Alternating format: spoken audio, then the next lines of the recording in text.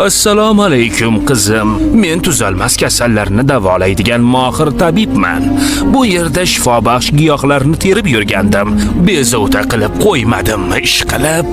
To'xtang, iltimos, to'xtang. Mening yerim juda og'ir kasal. Hech qaysi tabib davolay olmadi. Qilmagan choramiz qolmadi. Nima bo'lyapti o'zi, qayeri og'riydi? Go'shtlari tanadan uzilib tushyapti. Faqat suyak va paylari qolgan. Juda yomon kasal ekan-ku. Uni mendan boshqa odam tuzata olmaydi. Iltimos, u kishini davolab ko'ring. Sizga bor tillolarimni beraman. Yo'q, menga tillo kerak emas. Odamlarning dardini aritsam, shuning ajri savobi menga yetadi. Alloh baraka bersin, tabib janoblari.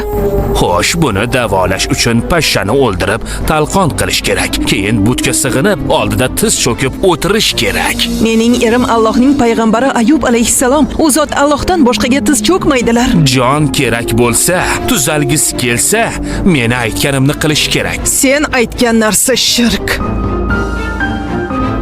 U zot uchun shirkdan ko'ra o'lim afzalroq.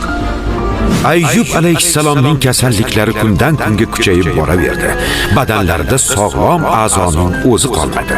Faqat Allohni zikr qilayotgan tillari hamda sabr va iymon bilan urib turgan qalblari sog' qolgan edi. Ya marhaba.